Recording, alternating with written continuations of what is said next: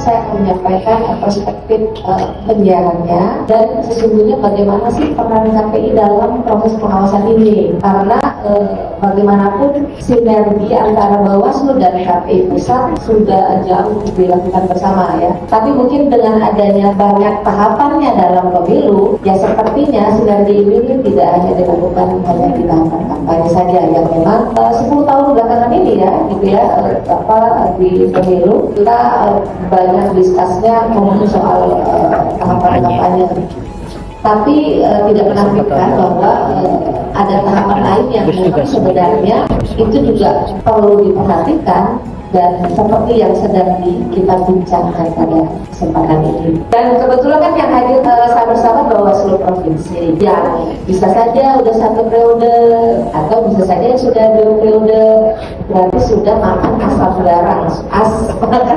garam ya, dan banyak pengalaman soal ini. Jadi mungkin ya saya hanya menambahkan aja pengalaman yang sudah pernah saya alami dan beberapa cerita soal apa sebenarnya yang bisa dilakukan, kerjasama apa yang bisa dilakukan, sinergi apa yang bisa dilakukan dengan teman-teman penyiaran di tingkat lokal. Dan saya melihat bahwa hasil monitoring penyiaran ini nanti KPI kan ngawasi, memantau, kalau kita istilahnya memantaunya real time 24 jam. Nah hasil pemantauan ini menurut saya itu dapat dijadikan salah satu sumber early warning bagi Bawaslu, mulai dari tingkat pusat sampai tingkat daerah.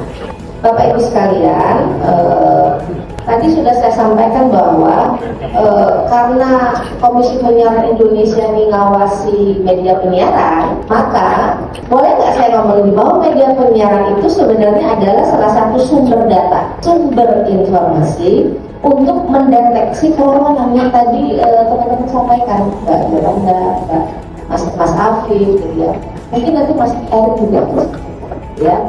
Apa saja sih sebenarnya kerawanan yang berkaitan dengan ya, hak pilih, gitu ya, netralitas informasi, kampanye dan serta kualitas demokrasi.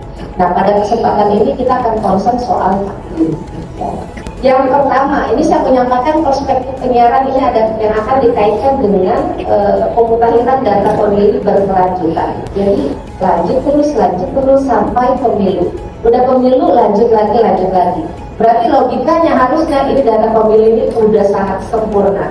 Apalagi nanti didukung oleh kehadiran media massa yang mendukung bagaimana kualitas pengawasan ini menjadi lebih demokratis. Yang pertama, penyiaran sebagai salah satu sumber data mendeteksi kerawanan